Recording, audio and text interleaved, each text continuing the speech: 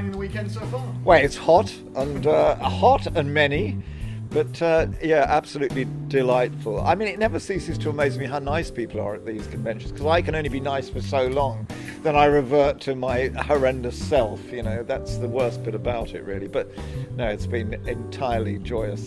They're really sweet, most of the people here. Crazy, but sweet. Can you tell us how you came into the role of Greedo? How did I get on? Yes, it was entirely due to the beneficence of Anthony Daniels, actually. We were working together in a show for the BBC called Jackanory, which you may or may not, you're not too old enough. About this morning with like 7 people. Right, so they were in Jackanory, weren't they? Oh, I had such a good time in that. That was such a good series. Anyway, we were doing a Christmas special, and he rang me up one night and said, I'm doing a sci-fi film. And the director needs some more gullible actors. Would you be interested?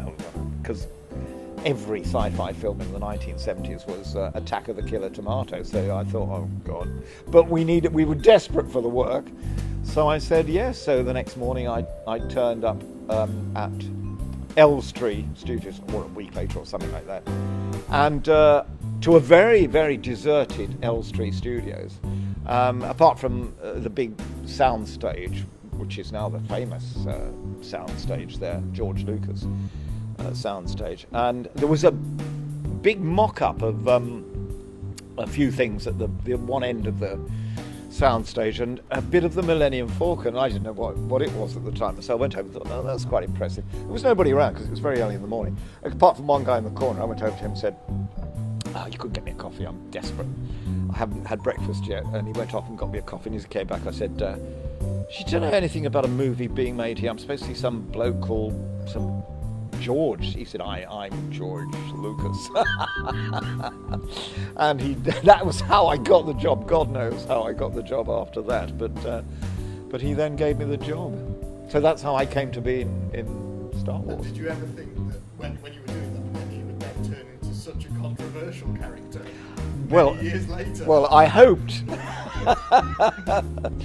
No, absolutely not. I mean, what's extraordinary is this whole controversy thing, isn't it, that's been going on forever about who shot first, and thank God it is. I mean, it raises Greedo's profile for a tiny character in, albeit, one of the most famous movies of all time,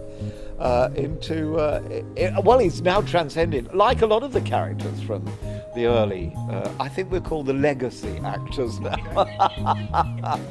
in Star Wars. It transcends other media, and I think Greedo's now been mentioned in many other, he's been in Family Guy, he's in The Simpsons, yeah, absolutely, he's been mentioned many times by Jay and Silent Bob in books.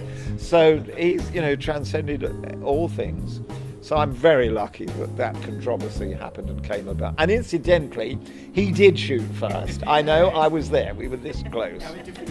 Absolutely. So now you've had it from the horse's mouth. Because anyway, if I'd shot first, I would have run off with Princess Leia, defeated Vader, barbecued the Ewoks, because they're very tasty if slightly barbecued, got rid of Jar Jar Binks, certainly, and be living in the penthouse of the Death Star. So, I should have shot first when I had the chance. What if? Yes. The whole franchise. It would be MCM Greedo Con, I should have shot him when I had the chance. Now, again, recently, there was the documentary was released, Elstree in 1976. Oh, yes. So what was it like going back and recording things for that and being involved in that? Well, that was extraordinary, really. I mean, that was... I understand the the obsession with every minutiae and detail, but we sort of got involved in it. We were all sort of pulled into it from the idea that what were we doing as actors in 1976, and how did we, how did we find ourselves in a franchise like Star Wars? So that was kind of quite attractive. And then the guys who were doing it were very nice, sweet guys, and they were pretty professional, and they knew what they were doing. So it seemed like a good idea, which I think it was. And I've seen the finished film, and I enjoyed the finished film quite a lot. But it was damn hard work, because Most of my bits that they did, they came down to my house in Dorset, because I live in Dorset, and we had to feed the bloody crew, which was the first time ever and the last time ever I'm going to feed a crew, because you should, the only people you shouldn't eat with is the crew and actors, But that's how I, got involved with it, and I think they did a good job. Have you seen it? Yes, we were at the showing at Elstree. Oh, at Elstree. Oh, wow, I should have gone to that. Yeah, no, I saw it actually on the DVD that Hank sent me. I haven't seen it in the movies. Yeah, no, it's a very insightful looking. It is quite insightful, isn't it? Yes. I actually, John, who directed it, said, I want to get hold of your old... You were in Crossroads, weren't you? Well, I said, yeah, I was in Crossroads in the early days. I said, yeah, I remember. I had an affair with Miss Diane, which was, fairly iconic, I thought. And he said, I'll get hold of some of those tapes, those old tapes. So I think he spent about 6 months going to the old ABC, as it then was, or, we filmed it in Birmingham or Nottingham, I can't remember where, but he had to wade through at least 100 episodes of Crossroads. He was almost crazy by the time he'd done that. So I don't think he's ever spoken to me since, because he flung the CDs at me when I saw him. But it serves him right, for having to do that. I'm sure you've seen a lot of different bits of Greedo merchandise. I'm curious, are there any that you own that are really special to you, or just funny things you've seen and that makes you laugh? Yeah, good question. The merchandise, of course. Do you know the archetypal story about George Lucas bought the rights, and the guy who sold them to him is in a concrete pillar in in LA, which, because they were immense, what's it been, 40 years of merchandising, which virtually created merchandising. And that they've changed considerably from day one to today, in that today's are incredibly sophisticated, brilliantly produced and manufactured, and very varied, as indeed is the fan art. A lot of the posters and a lot of the artwork is just delightful now, and you'd want to own. 40 years ago, not so much.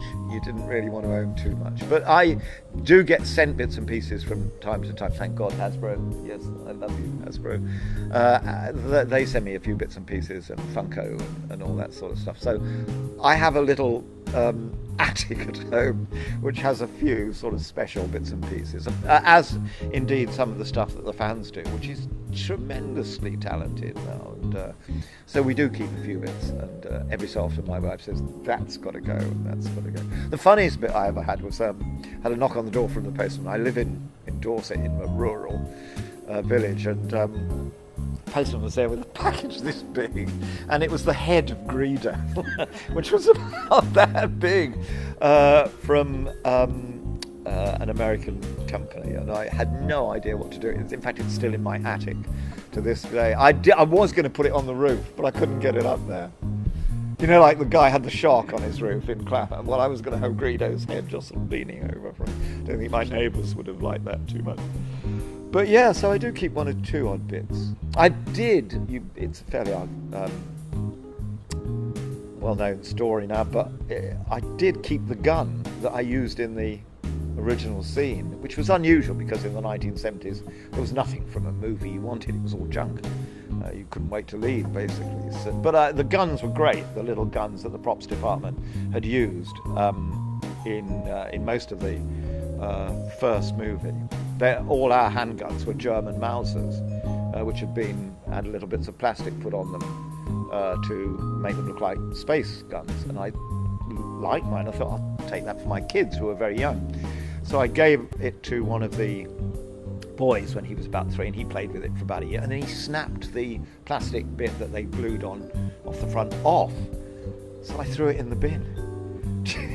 And you know how much that gun would be? It's the second most iconic gun in all space history. There's only Han Solo's, which is more iconic, really. And I threw their private education in the bin. So that I do regret that, of all the merchandising. It's not really merchandising, it's a film prop, but it's kind of like throwing Dorothy's slippers from The Wizard of Oz in the bin. Now that the Star Wars universe is expanding more with the gun print